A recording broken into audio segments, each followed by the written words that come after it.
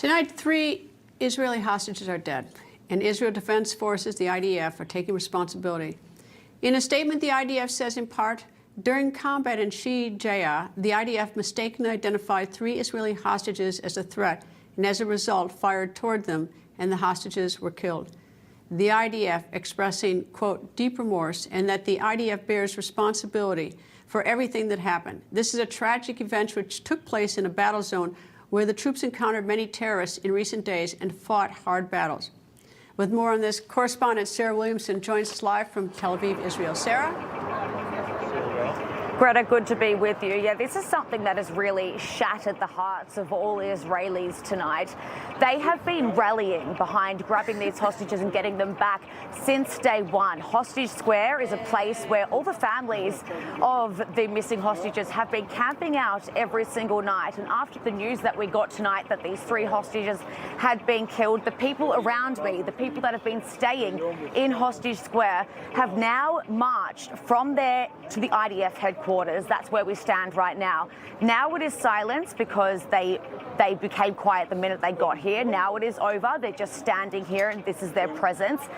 But it just goes to show that how important this is to the people of Israel. They care more about the fact that they need to get their hostages back instead of the elimination of Hamas. And this is what they're trying to rally for their government. They want the government to focus more on the hostages and less on the ground operation. John Kirby actually addressed the public today as well. Let's quickly take a listen to him. I think the Israelis will certainly take a look at this, and I'm sure they will do the forensics and to try to figure out how this happened. It's certainly the way we would approach a situation like this.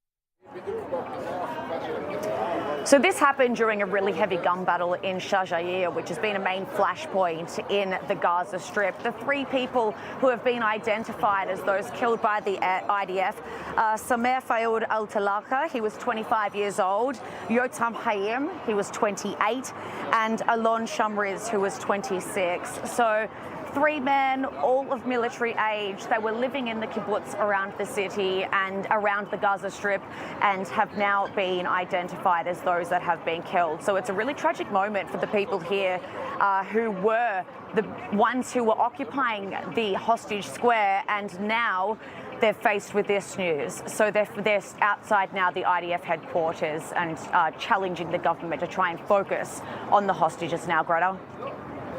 Sarah, I was at Hostage Square less than a month ago, and there are all these people assembled. Did the IDF come over and talk to them as a group and tell them what happened? I mean, do you have any idea how they got this information? Because it's such a tight-knit group at that Hostage Square. You know, Greta, it was interesting because it was announced on TV, and I was actually at a Shabbat dinner with some Israelis, and the TV was on in the background, and we all heard it being announced by Daniel Hagari, the spokesperson for the IDF, and every single person there froze. So this is the way that the people in Hostage Square were given the information as well. No one actually came from the IDF to present it to them. They heard it through the news. So I think that also might be something that has really affected the people there too. They might feel a little bit like neglected by the IDF, considering that they have done this. This is their family, and this is what they've been rallying for. But we heard about it on the news. It was live on every channel here, and it's really upset the public today. Indeed. Sarah Williamson in Israel, thank you.